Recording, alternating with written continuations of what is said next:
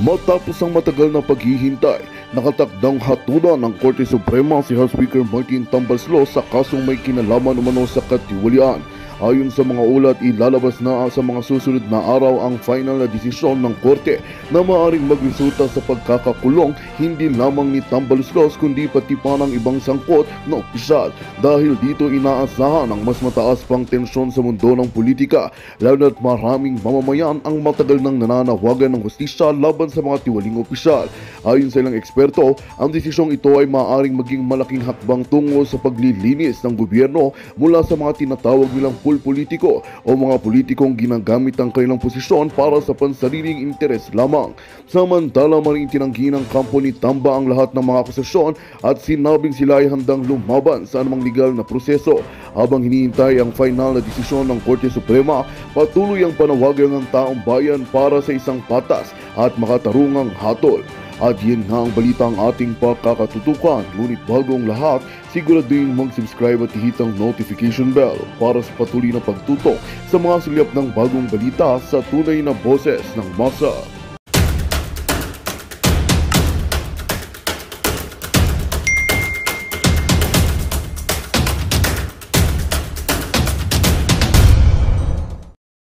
Yan.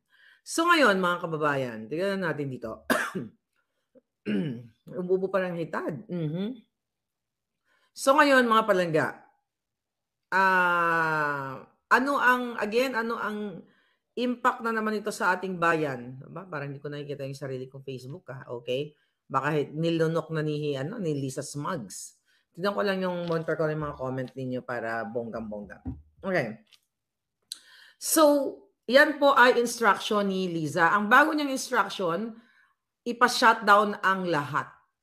Okay? Anong ibig sabihin nun? Ipapa-shutdown tayong lahat.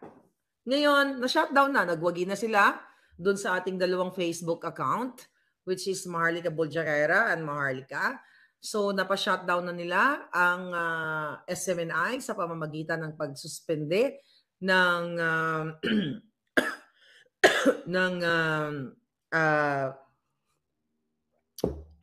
MTRCB. Okay. So, ang daming pina-shutdown, mayroong mga pinagurgur, 'di ba? Na hindi lang natin alam yung iba behind the scene at nauna actually diyan si Percy Lapid. I don't know ano naman ang kaso sa kanya. Dahil ulitin natin, tayo ay critical sa buwaka ng inang gobyernong itong Liza Ahas Araneta Smugs. Kung natatandaan ninyo mga kababayan, noong November of last year, sinabi ko sa inyo na nag-hire si Liza Smugs ng isang foreign firm, okay, na pangalanan nating si Mr. Peron. Okay, si Mr. Peron. Si Mr. Peron ay isang foreign firm na binayaran ng pera ng bayan ng gobyerno dahil sa utos ni Liza Smugs. Ano ang utos bakit nag-hire si Liza Smugs? By the way, sa hindi nakakaalam, during the campaign pa lang ay nag-hire na si Liza Smugs na mga taong magmamanman sa mga taong straight. Okay? When I say straight, during the campaign period, kapag ikaw ay opposing sa kanyang mga planong smuggling, sindikato, and everything, papakuha niya yung telephone number mo at ipapa-wiretap niya. Gawain na yan ni Liza Ahas Araneta Smugs. Paano ko nalaman yan? Baka sabihin na naman ng mga Jutang Jenimes, alam mo pala. Okay, bakit hindi ka kumibo? Nalaman ko yan nung nakikipaglaban na tayo dito. Marami mga puting asa nagsabi sa atin at like after na nang nanalo si Kuting. Kaya nga tumayo ako dito ng bonggang-bongga at nilalabanan ko ang mga demonyo sa lipunan kahit na buhay ko ang nakataya. Ngayon, itong Mr. Peron na ito, mga palangga, okay, si Mr. Peron, okay, ay hinire ni Liza Smugs last year pa, okay, para what? Para ampatin ang bumubugang apoy na mga kritisismo kay Kuting at lalo na sa kanya, kay Liza Smugs. Diba? Remember the Department of Agriculture, kapalpakan ni Kuting, okay? Kapalpakan niya, medyo natigil na ampat ng konti dahil, umalis siya sa agriculture, nandiyan si Chu Laurel na isa pang nagsinungaling sa kanyang credential, 'di ba? So, naampat nila ng konti 'yan. Pero dito sa atin, sa ating Facebook, sa ating channel, hindi natin sila pwedeng kalimutan 'yon. So, by the way, sa lahat ng mga ulitin ko 'to, kailangan ko paalala sa inyo, sa lahat po na gustong mag-follow sa aking Facebook sa Maharlika Network at Boljakan, mga kababayan, make sure na dyan kayo nakaklik sa link dito sa live na ito. Yan po ang legit. Kasi nga, makapangyarihan ang ahas sa lipunan dahil lahat po kayo, kahit sabihin yung ordinaryong citizen kayo, wala kayo sa gobyerno, minamanmanan kayo. I'm telling you, isa shutdown tayong lahat. Martial law. Mamaya i-connect natin to sa speech ni Lisa Smag sa La Union.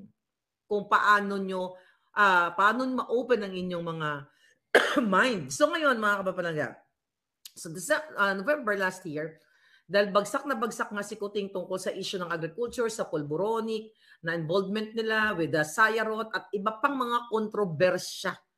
Loto, ayan, gusto nilang kalimutan, ay nag-hire si Lisa Smugs gamit ang pera ninyo, pera nating lahat, pera ng bayan ng isang Intel firm na kung saan ay mag-a-advise sa kanya at magmo-monitor ng tunay na survey ni Kuting. So since bagsak si Kuting, di ba? Recently, mas mataas pa rin si Inday Sara sa kanya. In the past, laging mataas si Inday Sara sa kanya. Nilalamon siya ng buo. So anyway, itong si Mr. Peron, okay, we will call him Mr. Peron. Si Mr. Peron ay isang bonggang-bonggang eksperto pagdating sa pag-a-advise, OPR, Black Ops, lahat. So ang payo kay Lisa Smugs na nung November, magtuto ka na lang sa arts and culture. Gayahin mo si Imelda.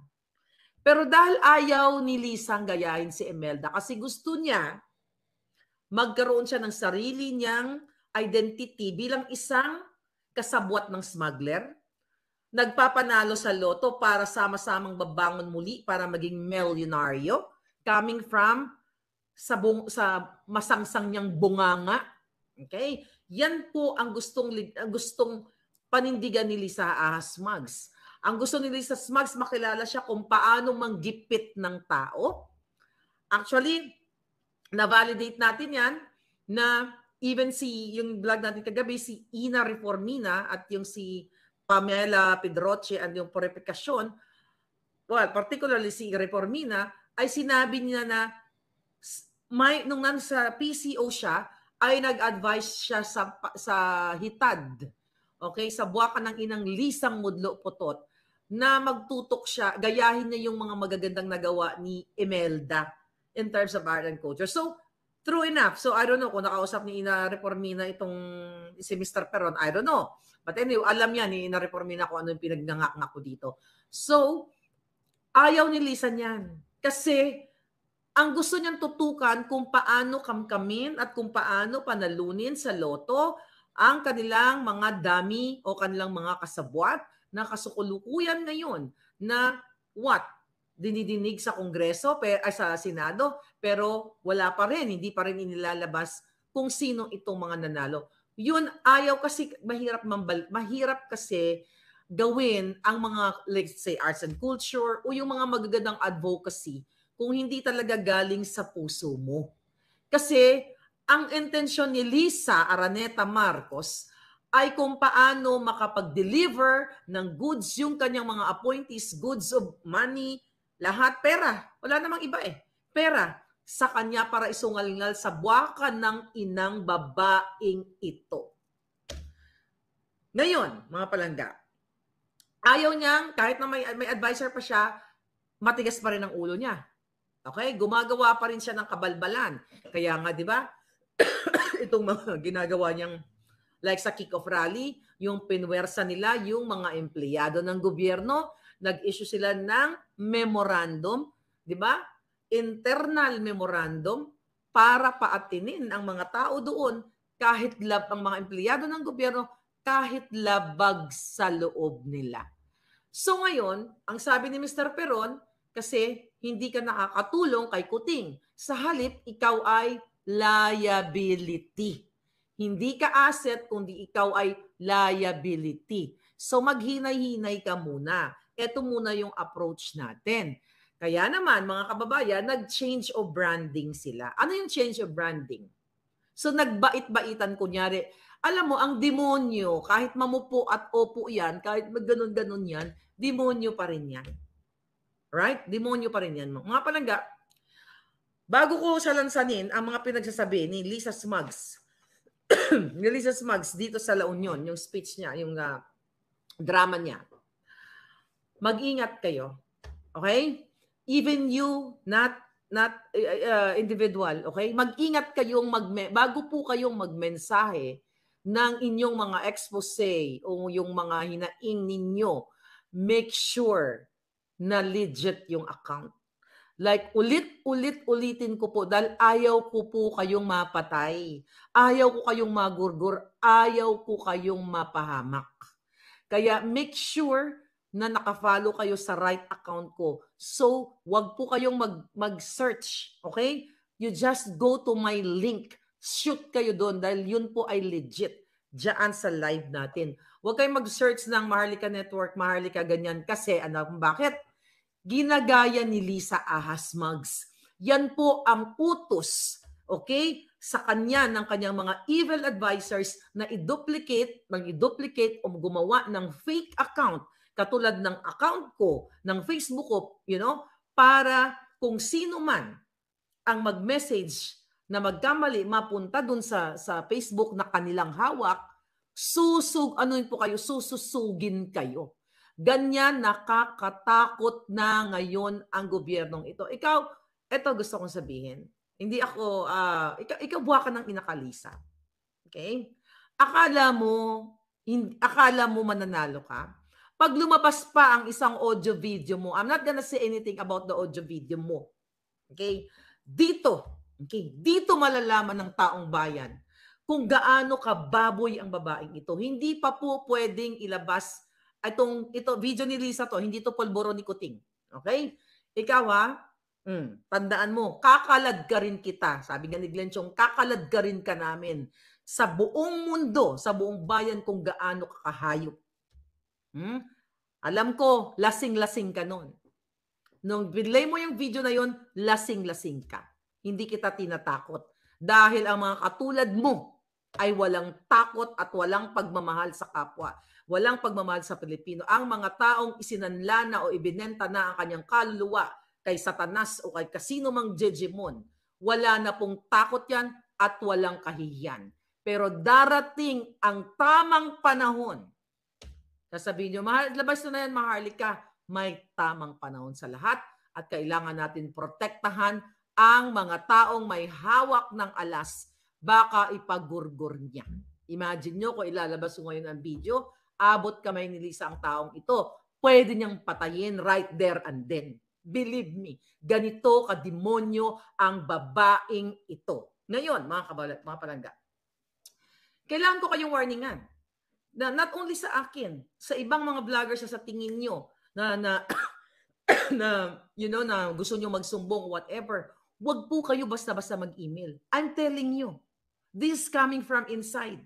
Na pa-inform sa inyo, mag-ingat kayo ma'am dahil sila ang gumagawa ng fake page para yung mga message po ng mga taong nagsusumbong sa inyo ay makorner nila, sususugo nila.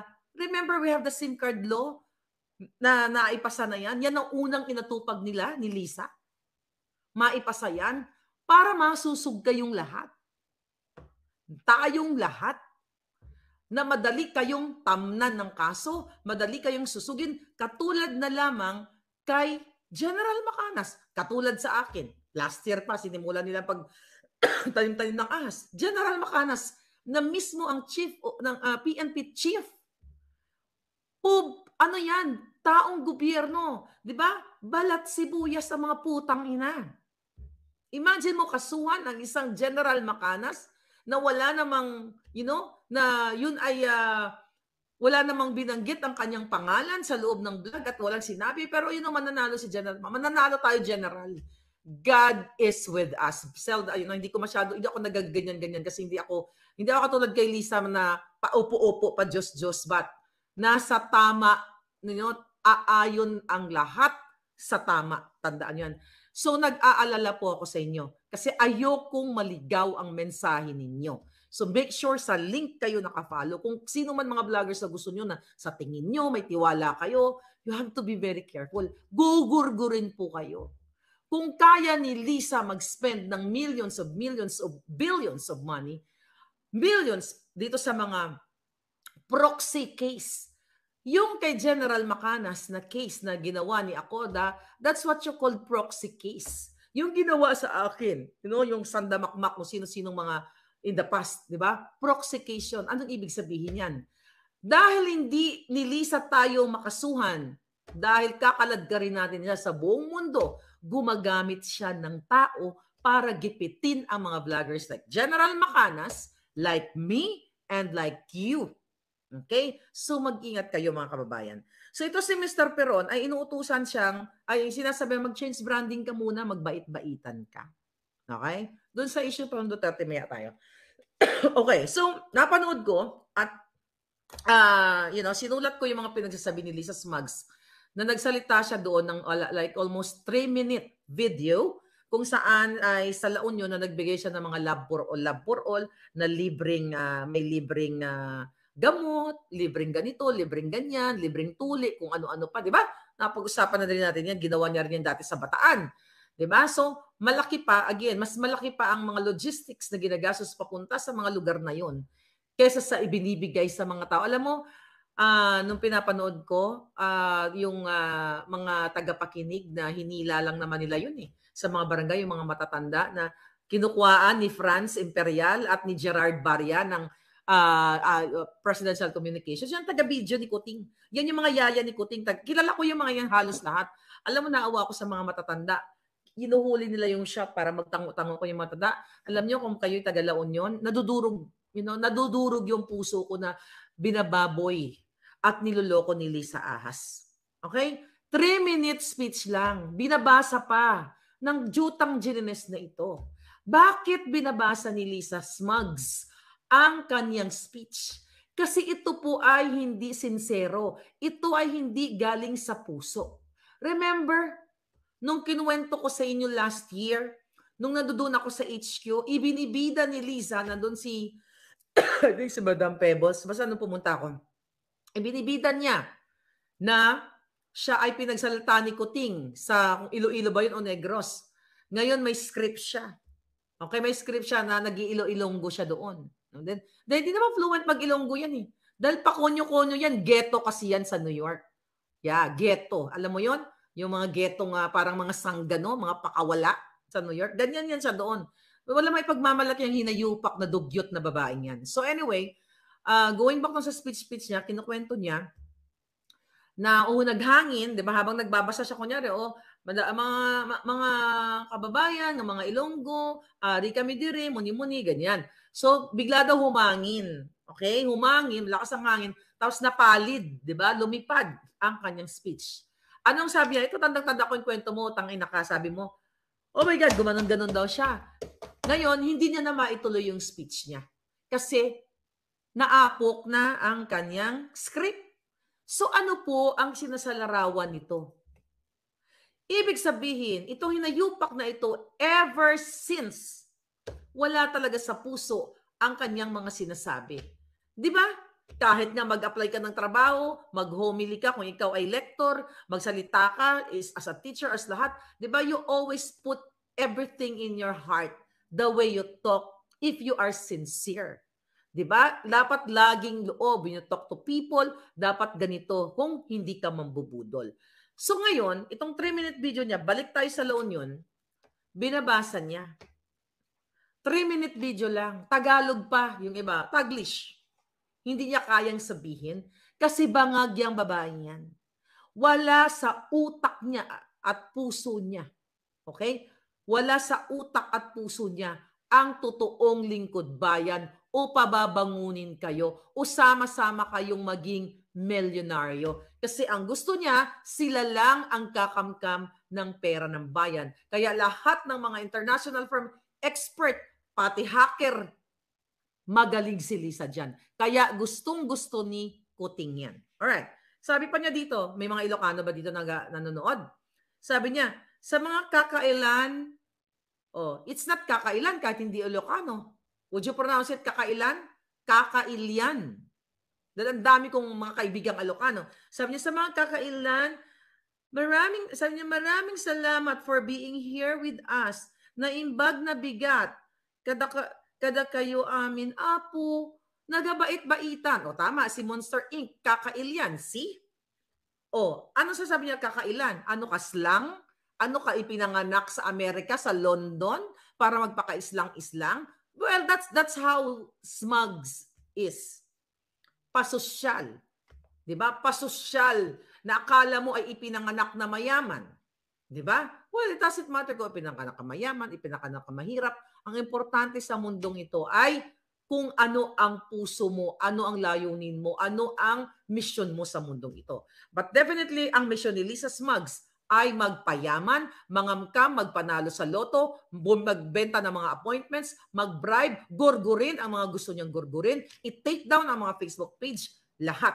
Kasi ayaw nilang magkaroon ng kritisismo. Yun ang gustong-gusto ni Lisa na gawin, patahimikin ang lahat. Mali ba ako? Look at Rappler. Nag-criticize ba? Ikaw, Maria Ressa. Diba? Tama ka naman tungkol sa diktador-diktador. Dapat nga kakampi ka na ng taong bayan ngayon Pero bakit tumahimik si Maria Ressa? Bakit? Dahil natakot ka kay Lisa? Dahil tutuluyan kang gugurgurin o ikukulong? Kung matalino ka at may pagmamahal ka nalang sa Pilipino, sa human sa human rights na lagi niyong ginagamit, mag-i-speak up ka. Okay? Maria Ressa. Tuloy natin yung speech niya. Nasisiyan po ako na nandito tayong lahat sa magandang probinsya na ito, bubulol-bulol. Sabi niya, magandang probinsya na ito sa La Union. Sabi niya, La Union will always have a special place in my heart. As you know, sabi, di ba gano'n siya? As you know, this last few days, the love for all, napakasipag, sabi niya, napakasipag po ng mga private sector. Sabi niya, meron tayo dito free dental, ganito, ganyan, ganon. Okay? Yung mga usual thing na gagamitin ng mga Pilipino. Imagine nyo, mga kakailyan, mga palangga ko, mga kaabyan ko, mga kababayan ko, mga kasimanwa na ako. Okay? Every time na lang na magkaroon bawat change of presidency, ganito na lang yung taong bayan. Hihilain ng mga matatanda sa mga barangay. Pipilitin na makinig sa kadyutahan ni Lisa o kadyutahan ng iba pang politiko.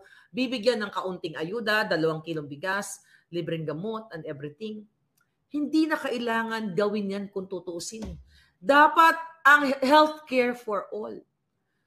Free medicine for all dun sa mga kailangan, yung mga indigent, yung nangangailangan, yung sinasabi na nasa laylayan. Dapat yan, talagang naka-attach yan sa mga ospital, sa mga ahensya ng like hospital. Na kapag ikaw ay matanda na inatake ka sa puso o whatever, kung ano man naramdaman mo, nadulas ka, natusok ka, di ba? Shoot ka sa ospital, pupunta ka. Hindi yung matatakot ka kasi wala kang pera. Pagdating sa hospital, interviewin ka, kukunin yung information mo. I think yun yung concept ni Malasakit Center nung panahon ni Duterte. 'Di ba? Pag na-hospital ka, kukunin ang pangalan mo. Anong pangalan mo? Kunyari ikaw ay si Kat Serrano. Okay, si Kat. Kat Serrano, anong nararamdaman mo? 'Di ba? Doon ka pa lang sa emergency, tatanungin ka na, anong nararamdaman mo? Anong trabaho mo? 'Di ba? Tinatanong yan. Kung ano yung kakayahan ng isang tao, ano yung background ng tao. O let's say si Kat. O milyonarya pala si Kat. O yun, magbabayad ka. Di ba? Ganun, magbabayad ka kasi you can afford. Kung let's say si Kat, ay obrero pala si Kat, nagtitinda lang sa palengke, tapos ang kinikita 500 pesos. di automatic, magka-qualify na si Kat dahil based dun sa kanyang social status na wala siyang kakayahan na magpagamot o bilhin ang mga gamot. So automatic yan, kung hindi yan ninanakaw ni Lisa, ni Mel Robles ang pera ni Taning dyan sa PCSO o sa iba't iba pang mga ahensya, sa DOH, lahat ng asangay ng gobyerno na pwedeng pondohan yung proyekto na yan, hindi na kailangan magmamakaawa ang mga lolo't lola natin sa tuwing may mga politiko na pupunta, sa tuwing may ahas na magsasalta, hihilain sila ng kanilang mga barangay para magmukhang kaawa-awa doon. Sila mismo ang gobyerno ang nagpapahirap sa ating lahat. Bakit hindi yan pag-isahin ang serbisyong yan? Bakit yan kailangan pumunta sa barangay na ganito, na ganyan, na ganon? Diba? Dapat yan nasa mga public hospital, mas panasyonal man, mapaprobinsya, na pwede dumiretso ka na doon. Meron na kaagad allotted, ay may gamot, o may pagatas pa, o kung ano pa man. You know what I mean? O ano yung mga pinagbibigay nila? Gamot, bigas, o kung gusto mo, samahan mo, doon mismo yung DSWD. Kung gusto nyo talaga, putangin na kayo. Di ba, sa hospital, may mga representative ng DSWD, doon kayo mamigay ng bigas. Nasa ospital, continuously, tuloy-tuloy, hindi yung pampapogi lang o pangpaepan lang ni Lisa Smugs. Okay, balik tayo sa speech niya. Ito, gusto kong tutukan. Katulad po ng sinabi ng asawa ko 2 weeks ago sa kanyang kick out, yeah, I want it, kick them out. Kick-off rally, Bagoong Pilipinas. Yeah, di ba? May basa ako, Bagoong Pilipinas eh. Ngayon, mga kababayan, bayot na rakista. Thank you, bayot na rakista. Alright, ngayon, sabi niya dito, ano ko lang para makita ko yung mga message. Katulad po ng sinabi na 2 weeks ago ng asawa ko, sabi niya, sa kanyang kick-off rally sa Bagong Pilipinas. Okay, stop there, Maharlika. Okay? Tuloy mo natin. Ang Bagong Pilipinas is not a political game plan that caters to a privileged few. Julul. Ang Bagong Pilipinas kick-out or a kick-off rally na ginawa ni Lisa Smugs ay gumastos sila. Mga kababayan, kailangan ko pong isaksak sa inyong mga isipan na yung kick-off rally nila noong January 28, okay, ay pamumwersa sa mga empleyado ng gobyerno, mga employees, then pangsusuhol. Magandang balita ang hatid namin sa inyo ngayong araw. Sa pagtatapos ng aming balitaan, nagbigay kami ng mga mahalagang impormasyon. Maraming salamat sa pagtutok at pagsuporta sa aming programa. Huwag kalimutang manatili sa mga susunod na araw para sa mga bagong balita at mga kwento na dapat nating abangan. Mula sa Boses ng Masa, magandang araw, Pilipinas!